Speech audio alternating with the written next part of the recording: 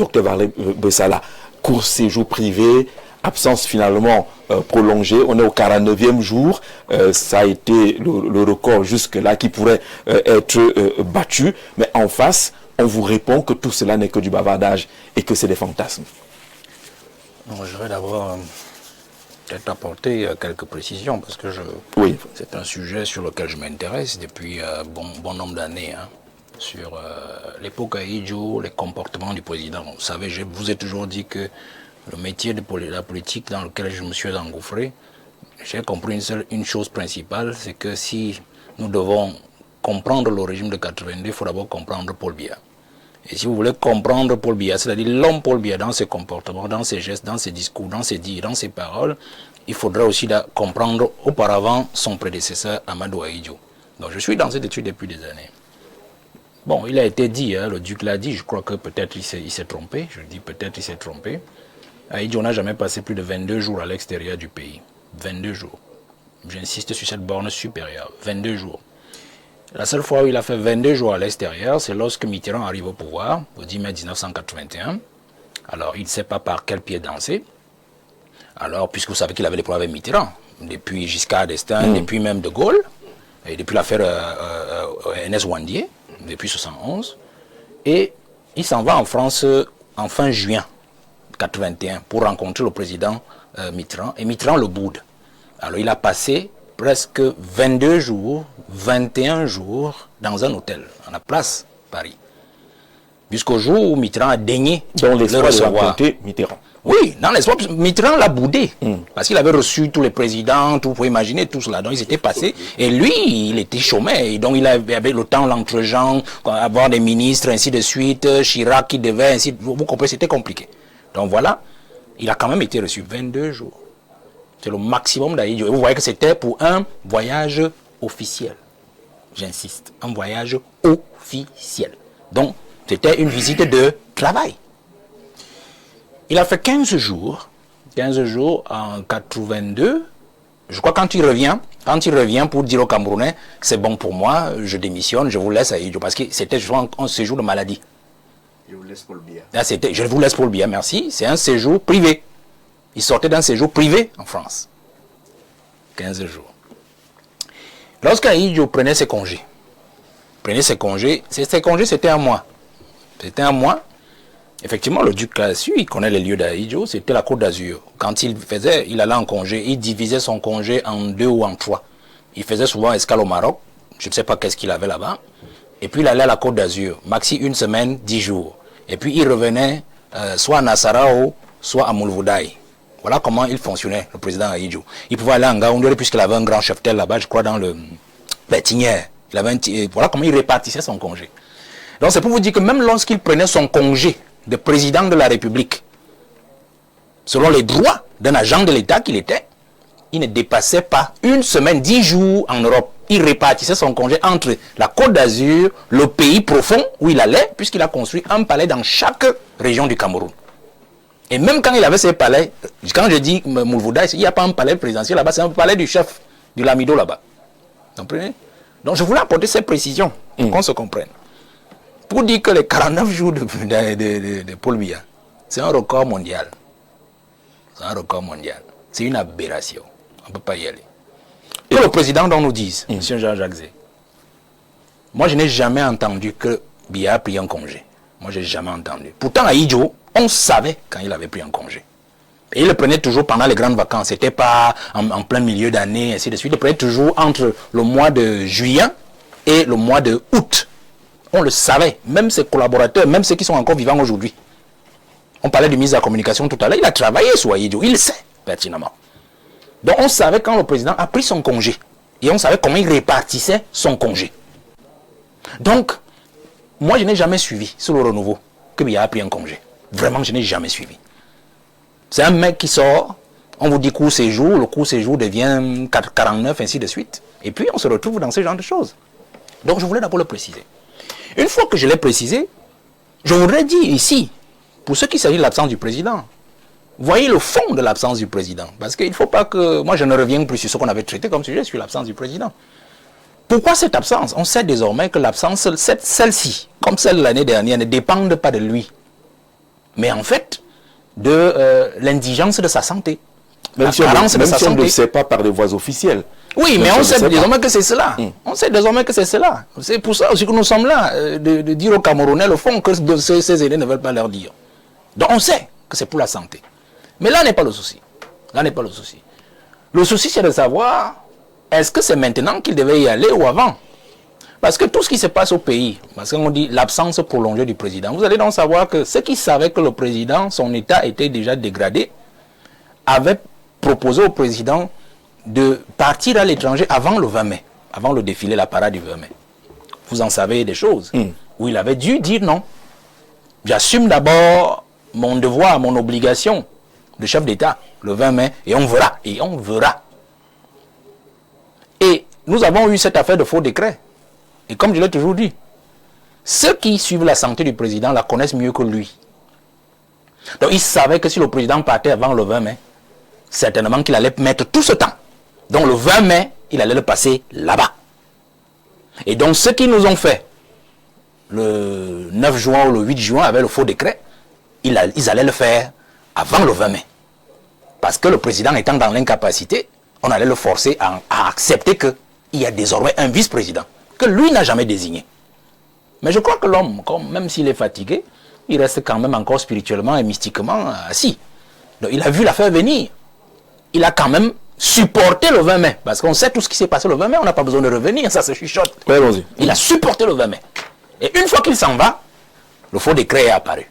Parce qu'eux, ils savent que le président est dans un état très, très, très difficile. Vous comprenez? Et comme toujours, c'est un chanceux. Le décret n'a pas été lu. Parce que s'il avait été lu, nous ne serions plus en train de débattre de l'absence du président. Nous serions en train de parler plutôt du vice-président, qui est en train de travailler, comment il est en train de changer l'État, il change les institutions, il change les hommes, et ainsi de suite. Vous voyez? Donc c'est pour cela que nous sommes encore dans ce débat, pour dire en fait que c'est bien le problème. C'est bien le problème.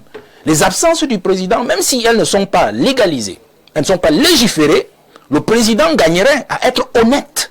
Je dis c'est un devoir d'honnêteté qu'un chef envers son peuple.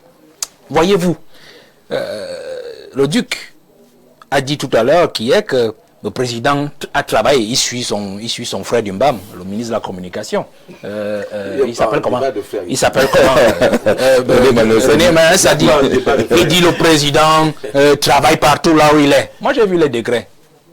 Mais qui a signé d'abord ces décrets? C'est lui, d'accord, ok. Puisque la signature est gribouillon, on voit que c'est sa main tremblante. Bon, on lui accorde.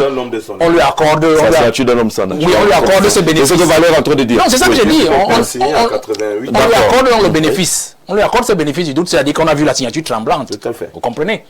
Mais la signature tremblante dit fait à Yaoundé. Fait à Yaoundé. Moi, je suis un administratif. Le lieu du document signalé n'est pas le lieu de la date ou de la datation. On va répondre à ça. Ou le lieu de la formalisation du document. Faites attention. On va marquer une pause là pour permettre une réaction. Non, je peux terminer. Équilibré. Oui. Le lieu de la signature, le lieu qui est mentionné sur le document n'est pas le lieu de la datation ou de la formalisation du document. C'est le lieu de la position de celui qui signe. C'est pour ça qu'on vous dit, si vous écrivez une lettre à quelqu'un, à votre frère, vous êtes à Dimako. Vous ne dites pas faire à Yaoundé, alors vous êtes à Dimako. Hein? Vous dites Yaoundé ou Dimako. Donc il y en a beaucoup qui veulent rapidement réagir sur cet aspect-là. Oui, d'abord une parenthèse. Roger et puis docteur. Le siège des institutions républicaines et régaliennes est à Yaoundé. Vous savez, les ambassades sont les démembrements des pays à l'étranger. Mais le siège des institutions, le siège où est fixée la fonction présidentielle, c'est le palais de l'unité à Yaoundé. Moi, j'ai eu la chance parce que mon père, David Aboué Mathieu, a été secrétaire général de la présidence. Il avait même cumulé, comme Paul Biya lui-même, DCC et SGPR. J'ai aussi vu le vieux Béléoken travailler. Les paraffins montent et descendent. Je dis, allez demander, allez questionner. Les navettes se font, les paraffeurs. L'homme institutionnel peut se trouver à Genève. Les paraffeurs montent et descendent parce que le siège institutionnel ne peut jamais être délocalisé. C'est la symbolique de l'usage de ce pouvoir. Le professeur Onan Guini aime à vous rappeler que, au-delà de la loi, des textes et tout, c'est une coutume habitudes s'installent comme des lois sur le long terme. Je vous ai dit que c'est un régime qui s'est projeté sur le temps. Le siège des institutions, c'est le palais de l'unité. Quand les parapheurs en question partent à Genève, ils reviennent pour être lus ici. Donc, ce n'est pas un pilotage à partir de l'extérieur. Moi, je regarde la symbolique, la valeur symbolique. Je peux être d'accord. Et puis, je voulais dire que Ahidjo ne mettait pas autant de jours, mais Ahidjo voyageait plus régulièrement. Ce monsieur vient de mettre plus d'1 an là sur place sans voyager. Et moi, je me sens souvent mal à l'aise pour discuter de la santé. On est sur le lieu. On est sur le lieu. Donc le lieu symbolique. Notre réaction. Le lieu, c'est Yaoundé. On peut aller signer là-bas et on les ramène ici parce que le pouvoir en question est exercé ici. D'accord. Docteur, vous voulez réagir sur la question? Pas forcément, mais je dis que ça participe quand même d'une certaine flexibilité de la maîtrise de l'administration. Moi, je pense que le débat n'est pas là si jamais on avait éclairé les Camerounais qu'ils doivent être éclairés sur la question. Si on les avait éclairés suffisamment, on ne serait pas en train de faire ce débat. Soulé également, vous allez achever. Oui. Vous savez, lorsqu'il y a eu le problème des faux décrets, l'argument qu'on a présenté était celui de dire que le président ne peut pas être là où il est et nommer un vice-président et nommer un gouvernement. Donc, il fallait, les gens nous opposaient le fait que le président doit être absolument à Yaoundé pour le faire. Ce qui reste discutable quand même. Mais non, nous sommes aussi dans une situation où la signature du président est critiquée, contestée.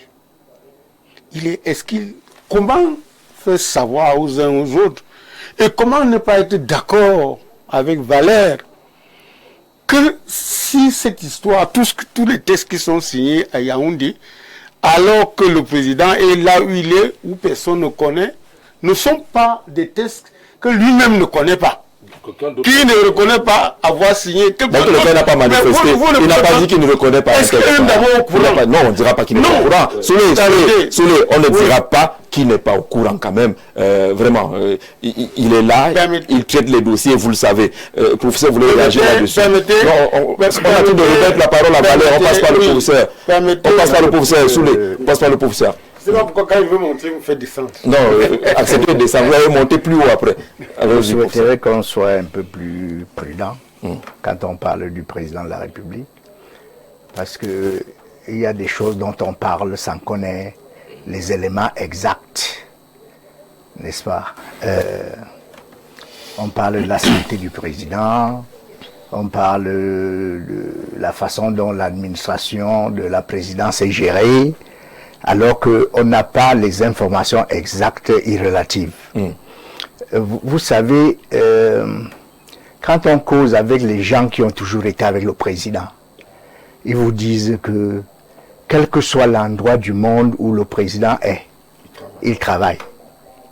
Je vais vous citer un exemple. Le ministre René Emmanuel Sadi nous a dit un jour, on était en Tui pendant la campagne, parce qu'il était souvent président de la commission départementale de supervision des élections. Et on lui avait dit, mais quand vous allez en Suisse, vous vous reposez. Il a dit, non, on travaille plus quand on est à l'extérieur. Parce qu'à l'extérieur, on n'a pas les collaborateurs à qui coter les dossiers.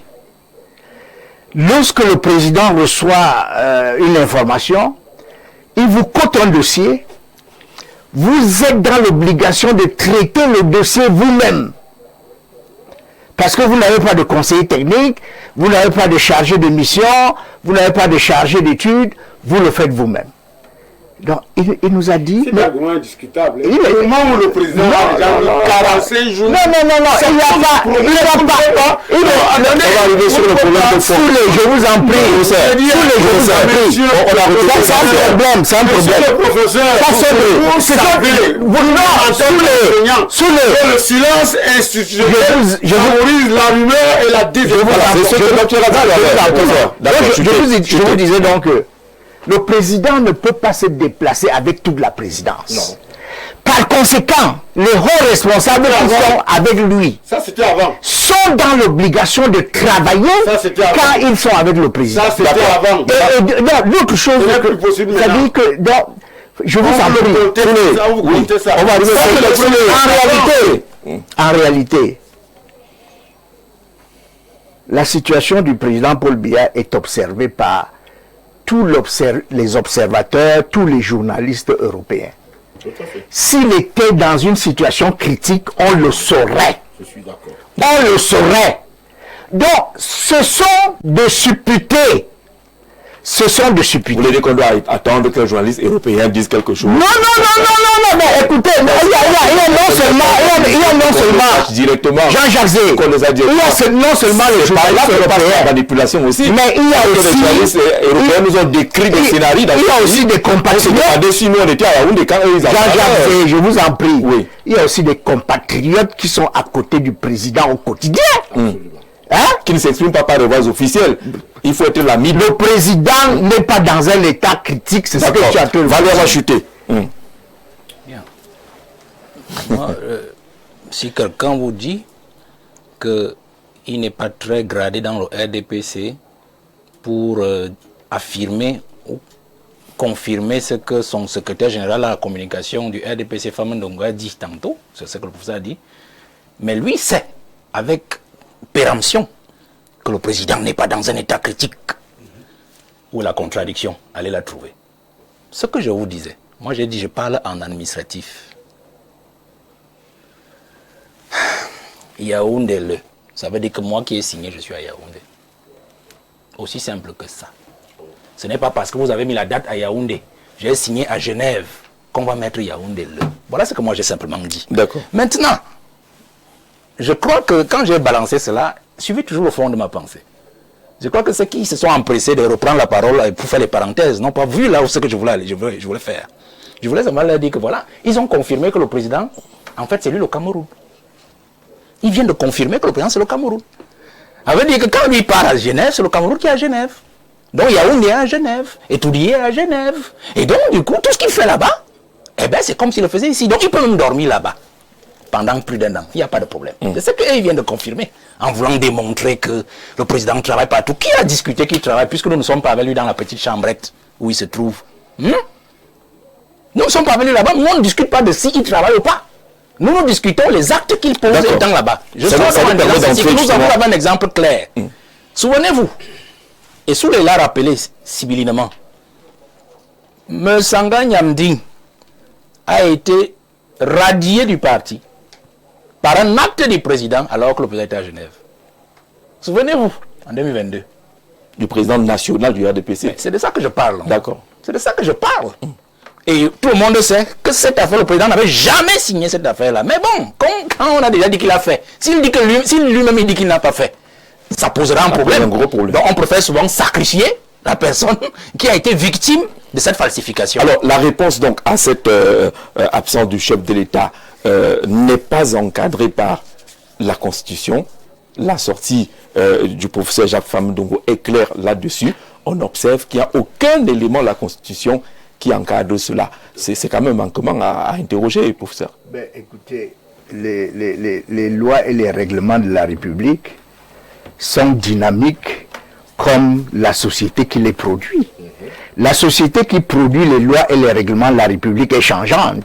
Ce qui veut dire que tôt ou tard, on va changer la Constitution, on va amender la Constitution. Est-ce que la situation actuelle n'indique pas qu'il est peut-être temps qu'on voit si les limites de cette Constitution-là?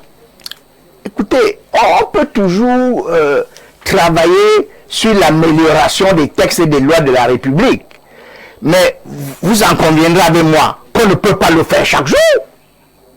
On ne peut pas le faire chaque jour. On vient d'amender la Constitution. On a introduit un poste de vice-président de la République. C'est vrai qu'il existait avant, n'est-ce pas? Maintenant, si on pense que il est nécessaire de codifier le temps que peut passer ou peuvent passer les hauts responsables de la République à l'extérieur du Cameroun, alors on le fera un jour. Mais à cet instant, ça n'a pas encore été fait, n'est-ce pas? Ça n'a pas encore été fait. Je vois qu'un président qui met 6 mois, 1 an à l'étranger. Mais est-ce que c'est déjà arrivé? Est-ce que c'est déjà arrivé que le président passe 6 mois à l'étranger? On est là dans des supputations. On est en train de supputer. C'est pour cela qu'on fait des lois. Si le président revient ce soir, ou revient demain, ou même revient dans une semaine, il n'aura pas passé 2 mois à l'extérieur. Vous voyez? Et donc, les gens souhaitent qu'on modifie la Constitution. On est tous d'accord, puisqu'il faut adapter les lois et les règlements de la République à l'ère du temps. C'est normal. Mais là, il faut cesser de supputer, n'est-ce pas, sur l'état de santé du président, sur les dimensions de la chambre du président, de la santé, on parle du séjour, la durée du séjour. Ce sont des supputations, vous voyez. Le compatriote Valère Bessala parle tout le temps de la chambrette du président. Est-ce qu'un président de la République peut rester dans une chambrette? C'est au premier degré. Non, il faut faire attention parce que nous, on a le niveau qui nous permet de penser que ça ne peut pas être au premier degré. C'est vrai que c'est au premier degré. Non.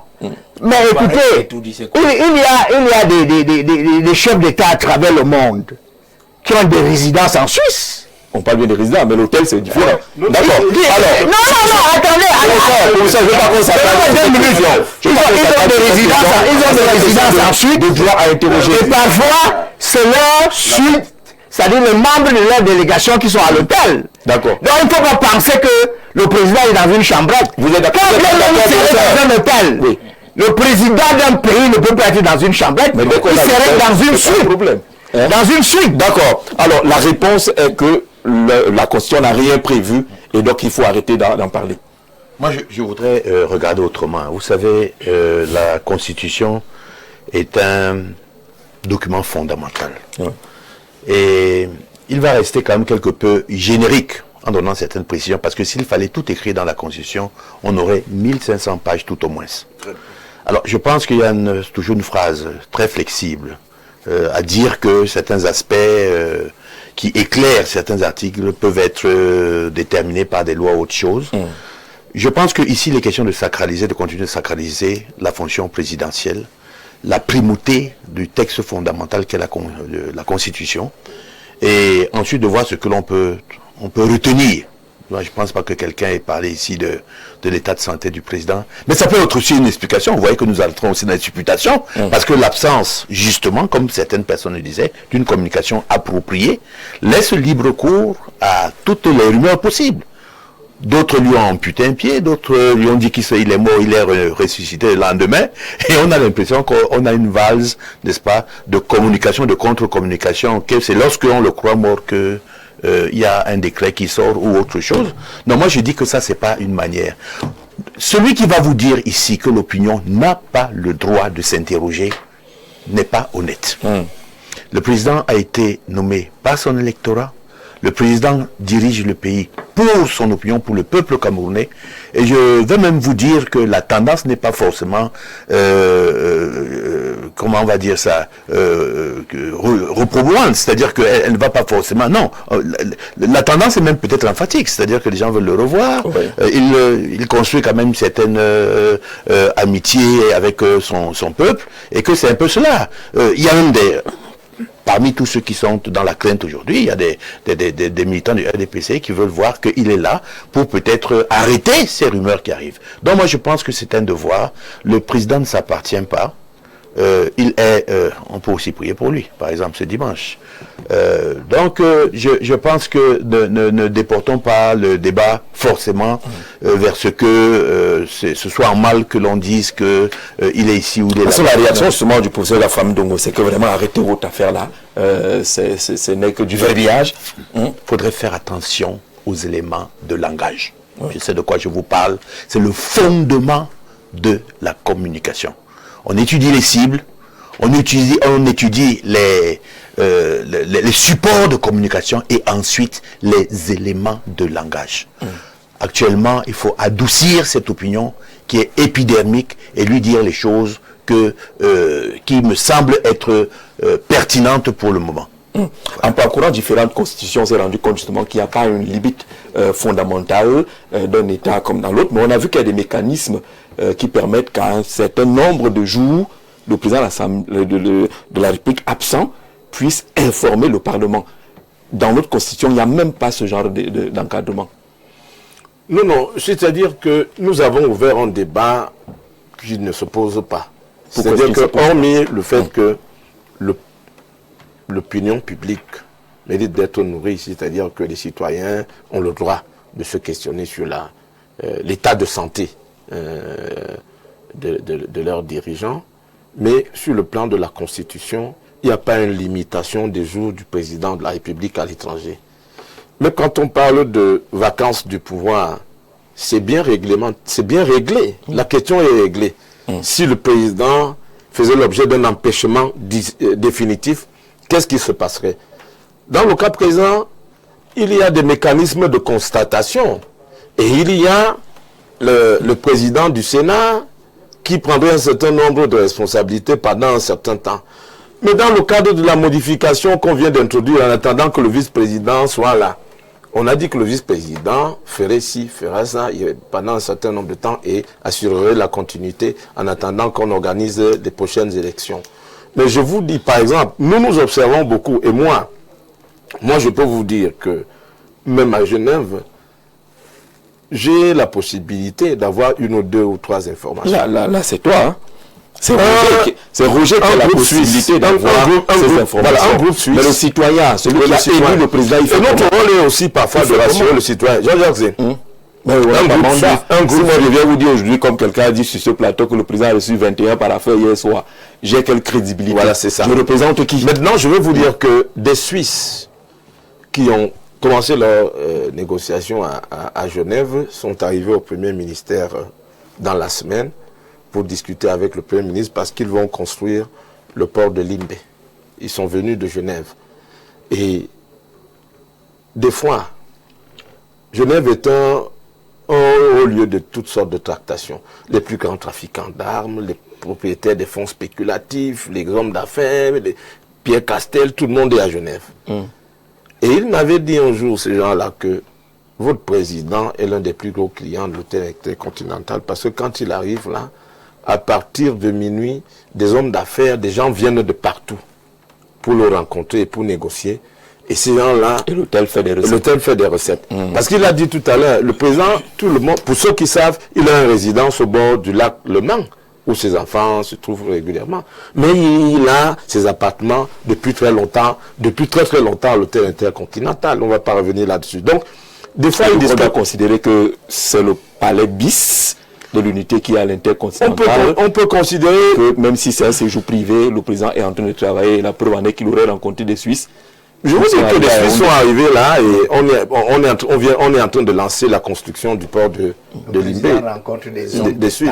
Des hommes d'État. Est-ce qu'on est conscient quand même qu'on est en train de parler d'un État? Le président rencontre bien sûr, sur le fonctionnement d'un État. Alors, Jean-Jacques, permettez-moi de continuer. Dit ce qu'il pense. Je voudrais continuer en disant que moi, je veux vous dire que j'ai passé, et lui, il a dit qu'il travaille là-dessus. Nous analysons le comportement des gens.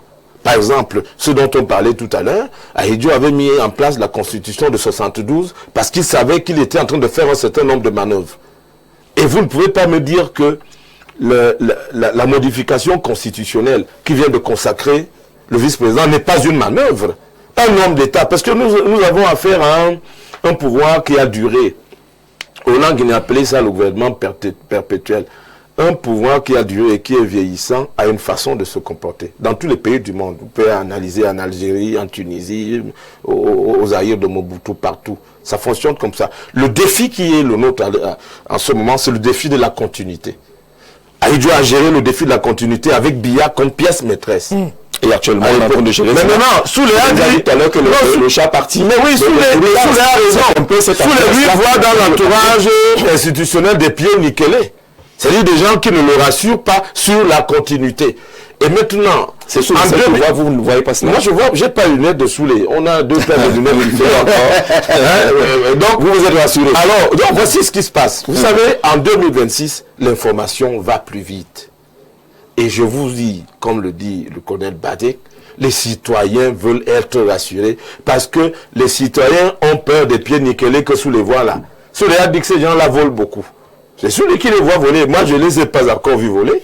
Donc, par rapport à ces gens que sous les trouvent de jouisseurs, ces gens qui ne rassurent pas, ces gens qui n'ont pas l'étoffe des hommes d'État. Notre analyse m'intéresse beaucoup. Tu as dit que ces gens-là volent comme des souris. C'est toi qui l'as dit. Et tout le monde a suivi. Si je pense que ces gens qui volent-ci ne nous rassurent pas sur la continuité, il est de bon ton que, de manière officielle, un autre type de communication paraisse pour nous dire que celui que les Camerounais ont élu et celui en qui on a confiance, parce que lui ne volait pas comme une souris quand Idio l'avait responsabilisé, que celui-là est bien et que les lendemains ne sont pas incertains. Et je termine en disant qu'une agence de notation américaine, Fitch notamment, qui s'était réjoui de l'annonce de la vice-présidence en disant que ça peut rassurer les investisseurs sur le fait que après bien, le Cameroun ne peut pas sombrer, on peut continuer à venir investir, que cette agence-là a pensé qu'on commence à nouveau à avoir peur parce que le verrou, le fusible institutionnel, le vice-président qu'on attendait pour rassurer n'est pas mis en place et on commence encore à freiner des quatre fers quant à la nécessité de venir investir. Il a donc passé vice-président, le président lui-même n'est pas là, officiellement on ne sait pas où il est et quand il va revenir au pays. On parlait de l'encadrement de la Constitution, c'est totalement un vide sur la question. Ailleurs, on a vu ce vide et on a essayé de le combler en amenant par exemple le président à rendre compte au Parlement après un certain nombre de jours passés à l'étranger. Ici, il n'y a aucun mécanisme. Le président peut décider de mettre autant de temps qu'il veut à l'étranger, qu'il n'a pas obligation à informer. Je viens de suivre quelque chose d'extraordinaire. C'est-à-dire que non seulement lui et le professeur Bilois, c'est terrible. C'est-à-dire, il me rappelle simplement deux ouvrages. Celui de Pierre Flambeau Ngaya, Cameroun qui gouverne, n'est-ce pas? Et celui de Luc Sunjung, conseiller spécial du président de la République, l'État ailleurs. Lorsqu'on réduit le fonctionnement d'un État où on m'a dit, n'est-ce pas? Parce que quand il dit ça, on m'a dit, ça a quelle valeur de crédibilité? Aucune. Lorsque M. Bilois dit le président travaille, il fait ceci, ça a quelle valeur? Ce sont vos lunettes aucune valeur de crédibilité. Aucune valeur. Permettez, vous avez parlé, je vous laisse. Je vous écoute. Hein? Parce que vous venez être l'inventeur Merlin ici. Un journaliste a des capacités d'avoir de l'information, d'investigation. Un bon journaliste est informé et renseigné. Merci Roger. Allez-y, Soulé. Quand vous parlez, je vous respecte. Hein? Je vous respecte aussi. D'accord. Donc, laissez mon temps de parole. Je viens discuter de la parole. S'il pense que c'est mon tour de parole, vous laissez. Ne venez pas. Vous avez l'art de crier, n'est-ce pas, des chimères. Respectez ce plateau, il est sérieux. Sous la lozère. On m'a dit, il y a des gens qui savent, ils me disent que les Suisses, tout ça là, ça relève de quoi? Ça relève des fantasmes ou alors des légendes urbaines. Nous avons besoin d'une communication institutionnelle. Et je vous ai dit que le déficit de la communication institutionnelle favorise, n'est-ce pas, on m'a dit, la désinformation, comme vous le faites, Bilois et vous. Très bien. Hein? Comment? Et puis moi je me dis, ok, quel est, quand j'apprends, parce qu'on veut suivre ce que le ministre Ndonga a dit, que le président, c'est des fantasmes que les gens arrivent à pérorer sur l'absence physique du président de la République. Mais c'est faux, M. Bilois. Et nous avons besoin de savoir où se trouve un monsieur que nous avons élu, n'est-ce pas, en 2025. Mais vous le savez. Ça fait simplement, ça fait moins d'un an vous savez qu'il a été élu et qui n'est pas là pendant 45 jours. Ça nous pose un problème. Ça nous pose un problème d'autant plus que il y a un problème au niveau de la continuité de l'État. Parce que la vraie question, en ce temps-ci au Cameroun, n'est plus celle de la présence physique du président, mais c'est de la continuité, le fonctionnement des institutions. C'est pour ça que je parle d'une république, n'est-ce pas, de Biakabo, une république, n'est-ce pas, de Boulngandiaga, une république où la république est indisciplinée. Mais, professeur Bilois, lorsque le président n'est pas là, il y a des conséquences politiques. n'est-ce pas, l'absence prolongée du président de la République crée un déficit de visibilité du pouvoir exécutif. Il est le président, le chef de l'exécutif. Le Premier ministre est le patron du gouvernement. Mais le Premier ministre, en réalité, personne ne l'écoute, personne ne le voit. Il est réduit à inaugurer des chrysanthèmes. Qui, n'est-ce pas, qui aujourd'hui peut nous présenter la visibilité, n'est-ce pas, du pouvoir exécutif? Il n'y en a pas, puisque le chat parti, comme j'ai dit, les souris dansent. Et puis le président de la République s'en va, après avoir fait travailler le Parlement réuni en congrès, n'est-ce pas, à la semaine 7, pour créer un poste de vice-président. Et je suis étonné de savoir que depuis là, une session parlementaire vient de s'achever. Le président avait pratiquement 20-25 mois, 25 jours. Les parlementaires n'ont même pas marqué un temps d'arrêt pour dire, mais il faut quand même, n'est-ce pas, qu'on essaye un peu d'arranger le vide constitutionnel qui fait qu'on ne sache pas la durée du temps que le président doit passer en Europe. Pour cela, il fallait, même si ça ne devait pas passer, il fallait même qu'on se posât la question. Mais on ne l'a pas fait. L'absence prolongée du président de la République pose la question de la préparation de la succession politique. Nous avons un président qui a de l'âge, qui est... Mais il faut qu'on... Si lui-même, il a accepté la question d'un poste de vice-président, ça veut dire que lui, il y pense. Mais comme il n'est pas là, qui le fait? L'absence du prolongé du président de la République nous pose un autre gros problème. N'est-ce pas? Le Conseil supérieur de la magistrature suprême. Pourquoi avoir... N'est-ce pas? Est-ce qu'il a réorganisé cette institution simplement pour les bons yeux ou alors pour conformer cela au mandat, ou alors il a organisé parce qu'on devait avoir une session pour que le président et pour que les magistrats, vous savez combien de promotions de magistrats sont en chômage, et du coup je vais chuter par quelque chose. Valère l'a évoqué, la personnalisation ou bien la personnification du pouvoir présidentiel qui fait en sorte que les gens peuvent penser que quand le président n'est pas là, il est là. Ou alors quand le président est là, il part avec tout et tout dit. Maintenant, quand vous parlez d'hôtel continental, pour un président qui a une résidence à côté, qui paye? Qui paye? Est-ce que c'est la fortune publique qui paye?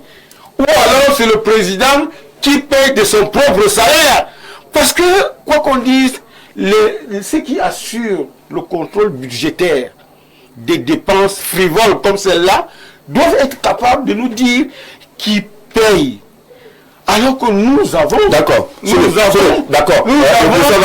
santé qui manque de pouvoir. On a entendu. On ne va pas appeler cela dépenses frivoles. Non, voilà, non, les dépenses présidentielles. Non, je dis juste que la parole rapidement pour ceux qui voulaient réagir. Ils voulaient réagir. Permettez qu'on réagisse. C'est très important pour les activités. Oui, un mot et je pars. Lorsque vous avez dépassé un certain nombre de jours et vous êtes président de la République, on ne vous voit pas. On peut penser que les dépenses sont frivoles. D'accord.